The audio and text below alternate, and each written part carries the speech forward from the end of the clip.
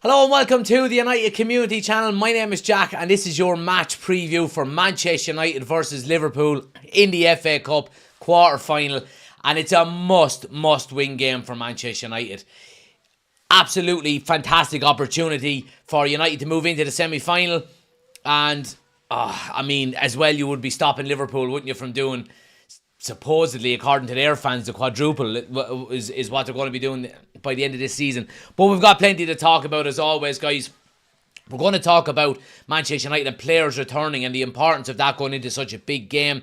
I want to talk a little bit as well about the midfield and the amount of shots we're conceding. A lot of people saying our defence is to blame, but I think it's more so the midfield. So we'll discuss that a little bit. We're also obviously going to talk about Liverpool and the threats that they pose. We'll give you our predicted 11 and score predictions. And of course, we'll get into your comments in the chat as well. So keep them coming in. Smash a like on the video if you haven't already done so, guys. Do hit subscribe if you're new to the channel and we'll jump straight into it. But I want to start, first and foremost, in relation to the game and the importance of it.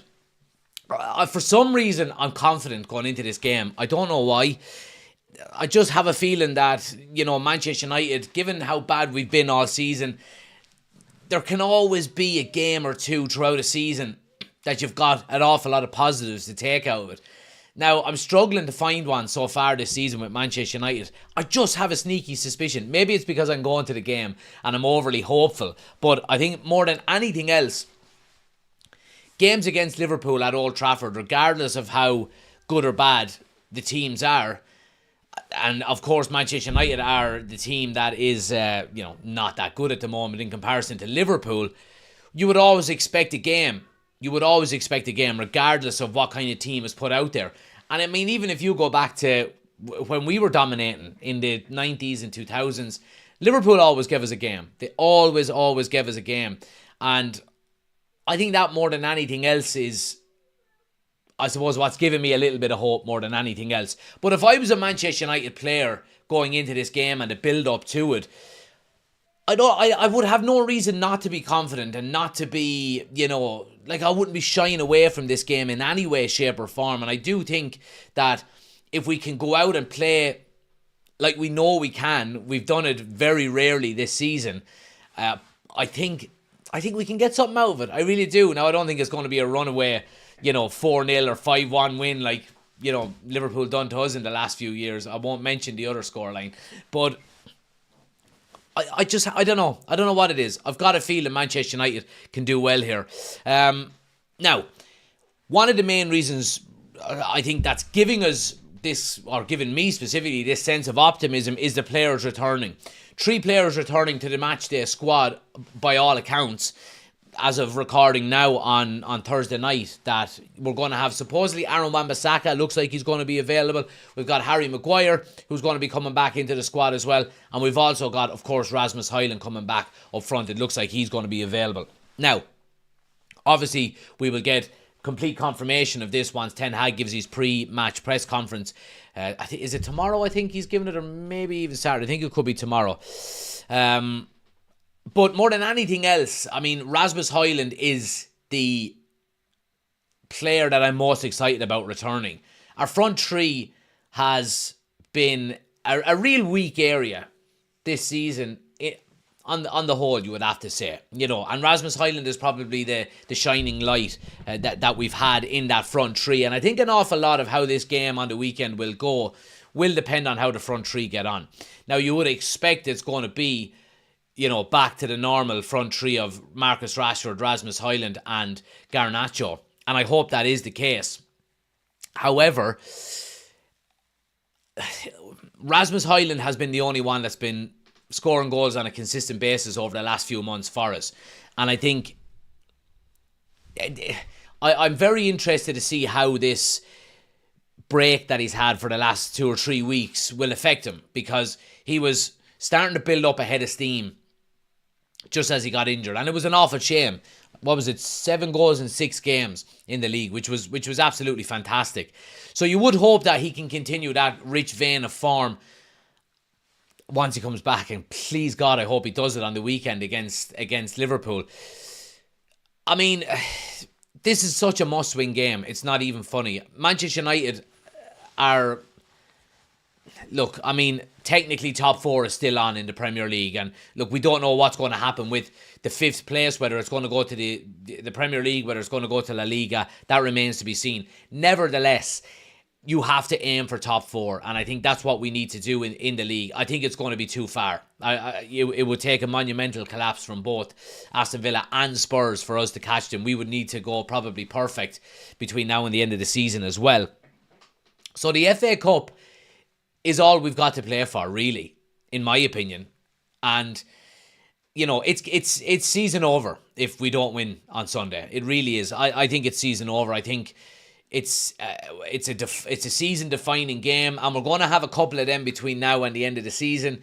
Look, I mean, if we're going to go on and win the FA Cup, and I think Ten Hag probably needs to win the FA Cup to keep the majority of the pressure off him between now and the end of the season, and between now and, you know, the summer, and, you know, is there going to be a change of ownership and so on and so forth, or sorry, a change of manager. I think if he wins the FA Cup, he'll go a long way to keeping his job. However, we're playing Liverpool on Sunday, and we're probably going to have to beat Man City as well if we're going to win it. So it's not going to be easy by any stretch. But again, I go into the game, like I said, we need to go in with confidence. We need to go in and say, we're playing at home. You know, let's go out there. Let's be professional. Let's be compact. Let's be, you know, composed on the ball when we have it. And more than anything, let's take our chances when they fall. We will get chances. You get chances in every single game. It comes down to whether we'll take it or not. Liverpool will probably have the majority of the ball and create the majority of the chances. It's up to United to take their chances when they do fall. And I think Rasmus Højlund coming back is a massive boost when it comes to that. Aaron Wan-Bissaka and Maguire are also coming back, and I mean, our defence is paper thin at the moment, so having two defenders come back within the same week is something that is much needed. It really is much needed, especially with the issues we've had at fullback, and I think that's the biggest area of concern. I think Varane and Johnny Evans have actually been doing quite well at centre-back, and as a partnership, where we've been struggling, we all know, is at left-back. So, Aaron Wan-Bissaka coming back again, I don't know what level of fitness he's going to be at, if he's going to be ready to come straight in and start the game. Obviously, Ten Hag will know between now and Sunday whether that's the case. But it probably would mean you would see the likes of Dalot going over to left back. Now, Dalot going to left back, I don't have as much of an issue with it now as I would have if Lindelof was playing there, because basically you're only making one change. You know, if you were to play Dalot at left back and put Lindelof at right back, you've got two players out of position. You've got Dalot out of position and you've got Lindelof out of position, who's obviously a centre back. Whereas if you bring in Wan-Bissaka at right full and move Dalot over, you only have one player out of position. And we've seen Dalot play left back before. He's had a couple of dodgy games, but he's had a couple of very good games at left back. The biggest one that springs to mind was the Arsenal game at the start of the season, where he was man of the match. He was absolutely fantastic. So he can play there, and I think it is a big option for United. And Harry Maguire, of course, coming back. You know, he's been playing very well this season in the games that he's played for Manchester United, and he's been unlucky with a few injuries as well. Again, I like Johnny Evans and Varane. I would have no problem with them facing Liverpool's attack on the weekend, if that's the case. They probably deserve to keep their place, both of them. Look, I mean, if one of them is going to drop out, you would probably expect it to be Johnny Evans. And I think Harry Maguire can come in and do, you know, a good job if he continues to play the way he's been playing before he was injured. So players returning is a massive boost for Manchester United going into this game, and it's one that we need to take advantage of more than anything else. You know, it really, really is. Let's see what people are saying here. Danny says, in my opinion, it's our most important game of the season because we're out of everything else, so this is our last chance to win anything. So this is a must-win game, and we can do this if the players show up. Oshin says, a lot will depend on our front three. I think we need to play further forward and stop their press early on. That's a good point as well. Absolutely. Neverworld says, the midfield's too loose, too many slack passing and possession lost. Just on that point, Neverworld, you know, the last couple of games we've seen Erik Ten Hag switch his formation slightly to nearly a 4-4-2. Oshin will be delighted if we go out and do that again on Sunday. I wouldn't be surprised. We've seen a kind of a hybrid 4-3-3, 4-4-2 formation in the last couple of games, especially against Man City, where the number 10 is dropping into midfield and nearly making up a 4-5-1 when we haven't got the ball. So, is that going to be the case again against Liverpool? That remains to be seen. Has Ten Hag got another trick up his sleeve? I don't know, because I'm sure Liverpool will be aware of the new formation change that Ten Hag has done, especially against Man City. And if you're doing it against Man City, the chances are you're thinking similarly to the likes of a Liverpool, given their quality as well.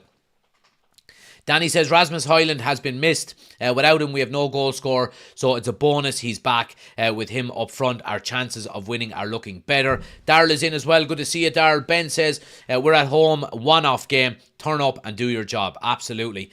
Given says following you all the way from Zambia. It's a must-win. Given, welcome to the channel, man. I appreciate your support as always. Thanks for joining. Oshin says 4-4-2 for the win. Been saying it forever. There you go. Ben says, thank God there's no watch along if it's 4-4-2. Yeah, well, there we go. Yeah, so there won't be a watch along this weekend, guys, for the game, unfortunately, because I will be at Old Trafford myself. So, yeah, I'll have plenty of content up over on TikTok and as YouTube Shorts throughout the day. And we might go live if I've got signal. I know the signal is not great. I might go live maybe on the way out of Old Trafford, and we'll do something like that as well if I can, because it's an early kickoff, so I'm in no rush to get into town before the bars close. So, yeah, there we go. I'm usually there for a night game. Neverword says he's going to need a miracle to get the result if we're as slack as we've been. But I want to move it on, guys, and talk a little bit about the midfield. And obviously it's been mentioned there that the midfield is too loose. And it is an area of concern that I want to kind of bring up. Sorry, I still have that chest is still lingering on me from the cold I had last week. So yeah, midfield is a big area of concern. The last few games for United, the last few months for United, you would have to say. I think, we've seen over the last, is it 6 or 7 games? I think it's 6 games in a row we've conceded more than 20 shots on target. 20 attempts on our goal, I think, which is just unacceptable. It's completely unacceptable. And I've seen a lot of, I suppose, talk online. And I know it's not the best place to be looking, when you're talking about, what people think. But a lot of people giving out about the defence in relation to shots being given away. But I don't think it's defence. I think it's more so, I think that stuff more so comes from the midfield. I think if you're conceding shots, it's because players are getting into position on the edge of the box or making their way into the box to take shots. And I think that's the reason why you give up so many opportunities to the opposition. I think we've seen over the last few games countless times where Varane, Johnny Evans, Delot have got in and blocked shots at the last minute, within the 18-yard box. I think it does stem from midfield, and there's a number of reasons why, in my opinion. First of all, let's mention Kobbie Mainoo. He's a young guy, he's still learning the game. A lot more experienced than I would have ever thought an 18-year-old could be playing in the middle of the field for Manchester United. But he's still young and he's still learning his craft and he's still learning maybe where he needs to be on the pitch, maybe the pace of the Premier League. We've got Casemiro whose legs just seem to have gone. And I will, for a long time I was, when Casemiro came back from injury, I was saying give him time to get up to speed. He, like I said before, he reminds me maybe of a Wayne Rooney that, needs probably 3-4 weeks to, play games, once or twice a week to get up to match speed. But he hasn't done that. And I think it's a big reason why we're letting, opposition midfield advance onto us. And the third reason is Bruno Fernandes kind of being given the free role within midfield. Now, I've no issue with this from an attacking perspective.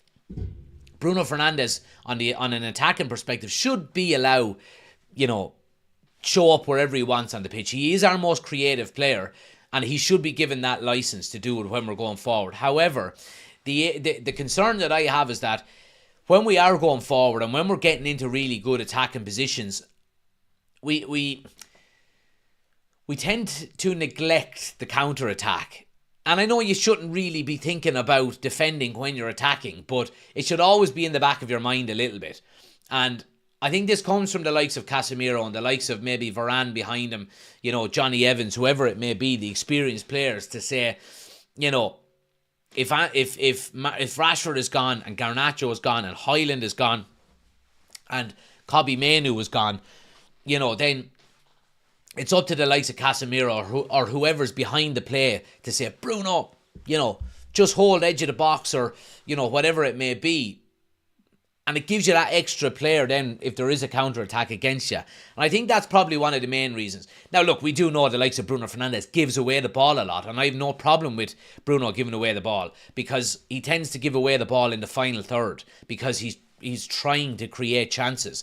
You know, your number 10, your more advanced players should be giving the ball away more. It means that they're trying to create more. And I have no problem with that. The issue is when we're giving the ball away in the middle third and in our own third. And we seen Casemiro last week. I think he gave away the ball 5 times in like 6 minutes or 11 minutes or something like that. Absolutely crazy when you think about it. So that is an area that we need to improve on. Possession retention and you know, getting into shape when we are defending, you know, especially in midfield. If we've got our wingers, you know, like Rashford and Garnacho, they tend to be gone. Now, I am liking what I'm seeing lately a little bit more from both of them, from both Garnacho and Rashford, in terms of their defensive work. We've spoken before about Anthony and the lack of output that he has going forward. But I think the majority of us have always said that his work rate and defensive work has always been exemplary. It really has. We need to get into that more with the likes of Garnacho, who's obviously still young, and Rashford as well on the other side, who, you know, goes through phases of not tracking back. And if we have Rashford and Garnacho not tracking back, and Bruno caught too far forward as well, there's no wonder why we're conceding too many goals, you know, especially when teams are breaking on you at the pace that they do. So it is a big concern, and it's one that I do hope we can address, because if we don't, Liverpool will cut us asunder, especially through the middle. And, you know, obviously we'll get on to Liverpool in a moment, but they've been one of the highest in terms of shots on the opposition goal in the last few weeks as well, which is worrying statistics. Let's see.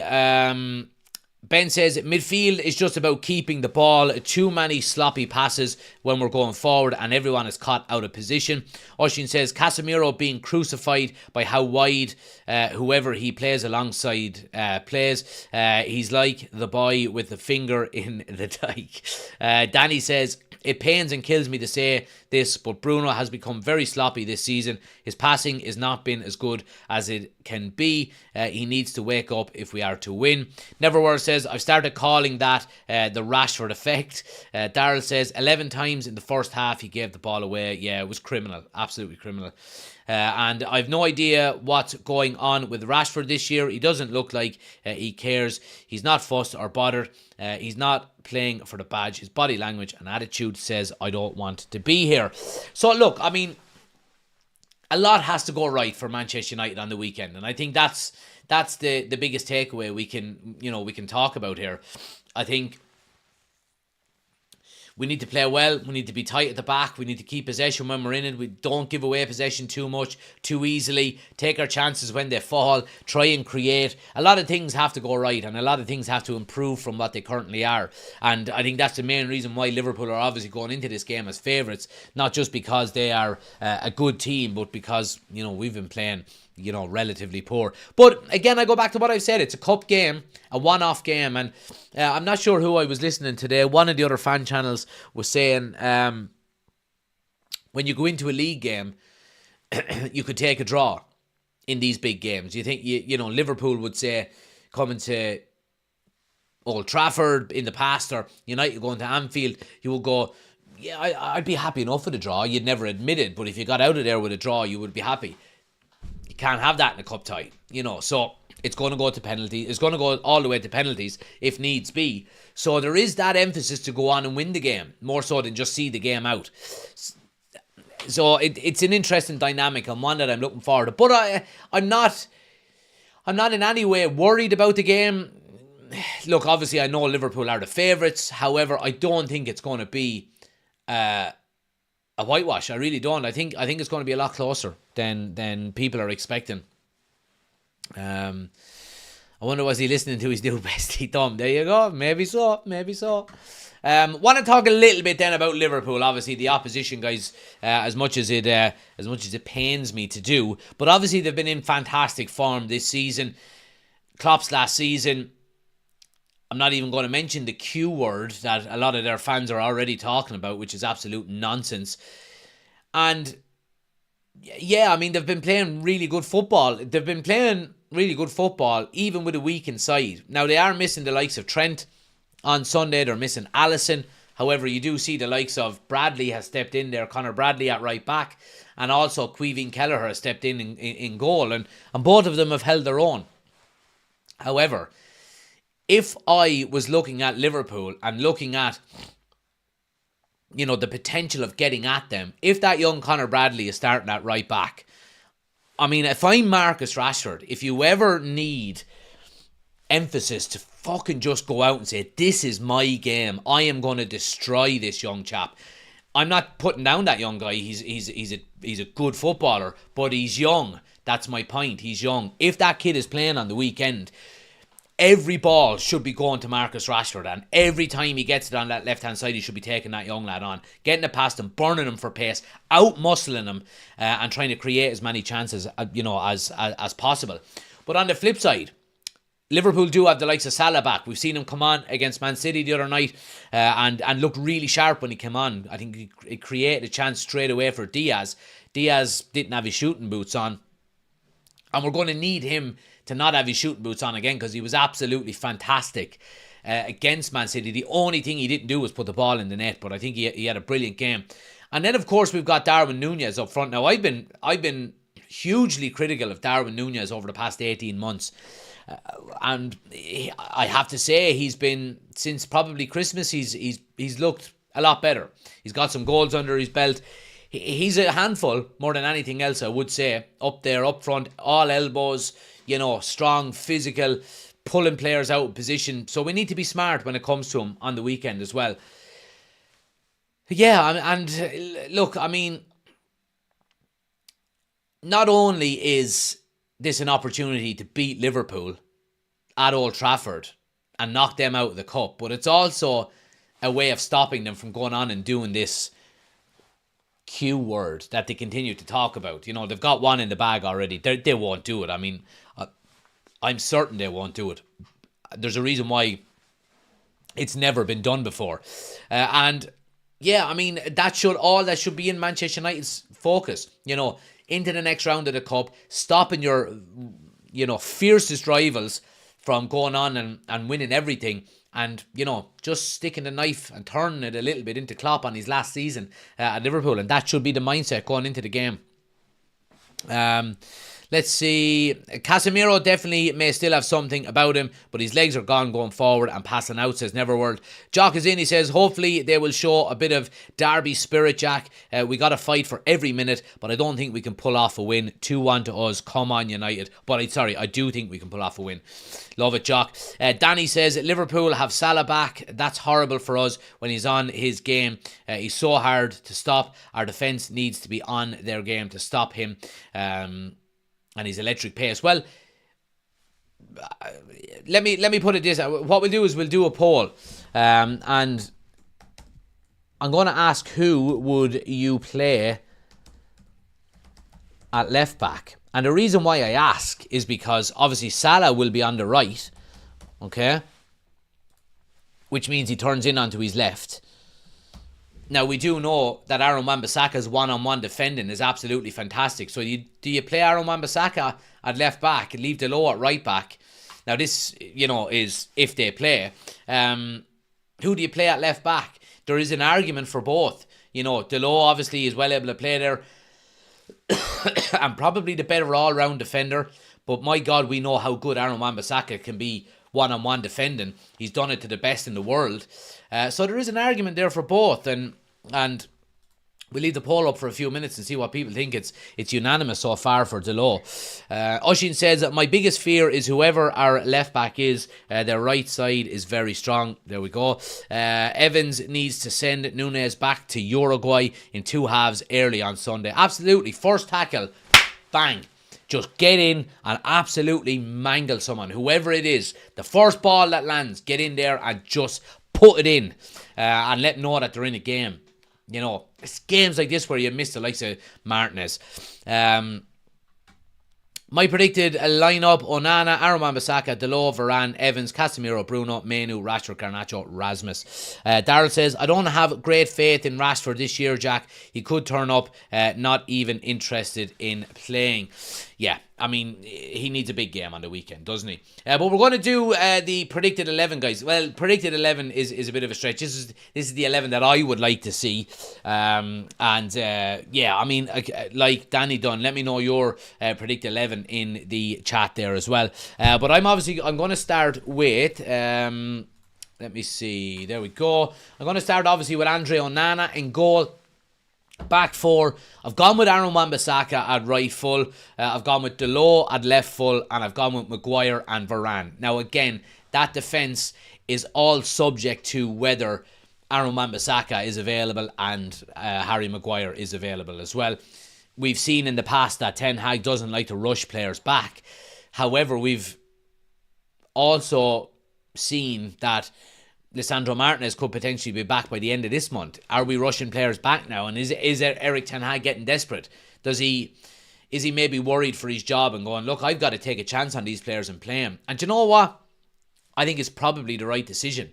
If these players are half ready, you know, or are saying to you, yeah, look, I'm available, boss, on the weekend, I want to play. Right, okay, then let's go. And put him in there, because it's a game that we need to win. And it's a game that we must win or our season is over. Midfield then, I think, pretty much picks itself, guys. Casemiro, Menu and Bruno Fernandes. And again, I want to see more control out of this midfield. You're going to be going up against the likes of McAllister, probably Endo and Szoboszlai.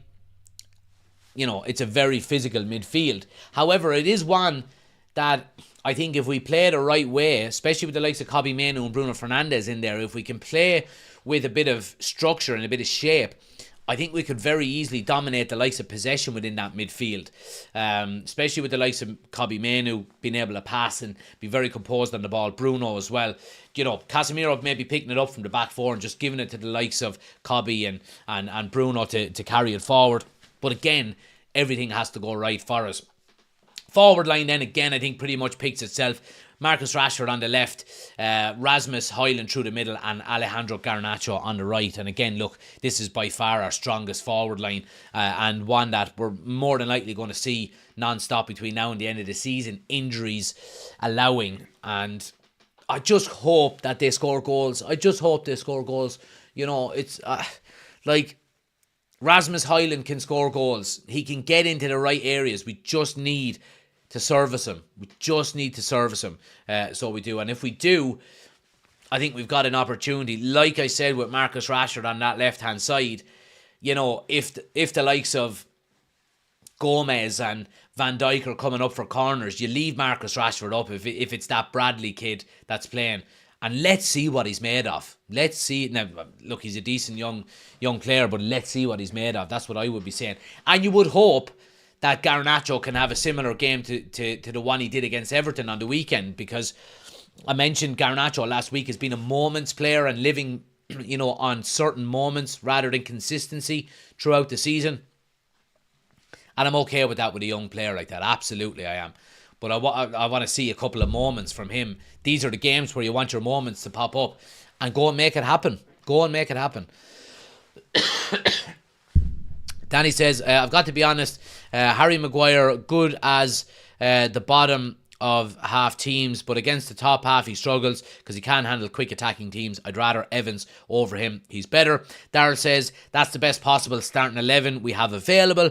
Oshin says, brave with Maguire and Varane. I think Evans and Varane have the jersey at the moment. Good understanding between them. Maguire always has one lapse in concentration. I agree with Joshin 100%. And that's why I would say that if it is Varane and like I mentioned earlier, if it is Varane and Evans, I'm okay with that. I am 100% okay with that. I think what they lack in pace and stuff like that, they certainly do make up for in the likes of know-how and positioning and reading the game. So I'm okay with that as well. For some reason, I don't know what it is. I can see McSauce playing. He seems to rate him in these kind of games. Maybe so. Maybe that more defensive style player. Who do you take out though? That's who do you drop? I don't think you can drop a Kobbie Mainoo. I don't think you can drop a Bruno Fernandes or even a Casemiro. And I don't see any of the forward line not playing if they're available. Like if Rasmus Højlund is half fit, I think he plays. So yeah, I mean, it's going to be interesting. It's going to be interesting. But again, I agree. I wouldn't be surprised if McTominay plays on the weekend. Score predictions. Get your score predictions into the chat, guys, while I'm discussing it here, and we'll see what you guys have to say. I mean, Bover says Kobbie Mainoo is too young to be starting. He needs to be off the bench player, being off the bench player like Garnacho. Look, I don't disagree with you, Bover. I think he could, I think we should be using these players off of the bench a lot more. But unfortunately, because we're such a badly run club over the last 3-4 years and our recruitment has been terrible, we haven't got the choice. We just haven't got the option. And that's the main concern there more than anything else. But score predictions, guys. I mean, I'm confident going into this game. I think we can nick it. I really do. I have a feeling that we can get something out of this game. I don't know what it is. I could be completely wrong, and I'll be doing my match reaction video going, right, okay, I was completely wrong. But yeah, I don't know what it is. I don't know what it is. I think United will score. And I think we'll have a clean sheet. I think it's going to be 1-0 to United. That's my score prediction, 1-0. I think, like, we've been giving up a lot of shots. If we can get the midfield knitted tight, sitting in front of that back four, I think we can. I think we can score on the break. Yeah, I'm going to go with a 1-0 win to Manchester United. Danny says, I'm going 2-1 to United with Rasmus getting one and Bruno getting the other. Come on, United, we can do this. Oshin says 1-0 Højlund, Squeaker under Kelleher, then Park, the double-decker. Neverword says, starting 11 is Onana, Delors, Varane, Evans, off at 45 to 60 minutes for Maguire. Aaron Wan-Bissaka, McSauce, Mainoo, Bruno, Garnacho, Rashford and Højlund. Right, okay, so you're playing McTominay ahead of Casemiro. Okay. Bover says, hopefully 3-2 United. Realistically, 1-0 to the Pool. 1-0 to Liverpool. So yeah, I mean, that's it, guys. That's our match preview. I mean, I'm really, really excited about the game. Not just because I'm going to it, but I think even if I wasn't going to it, I would be really excited about it. And it would be a game that, you just want to go and win more than anything else. I'm going to be doing a match day vlog for it as well.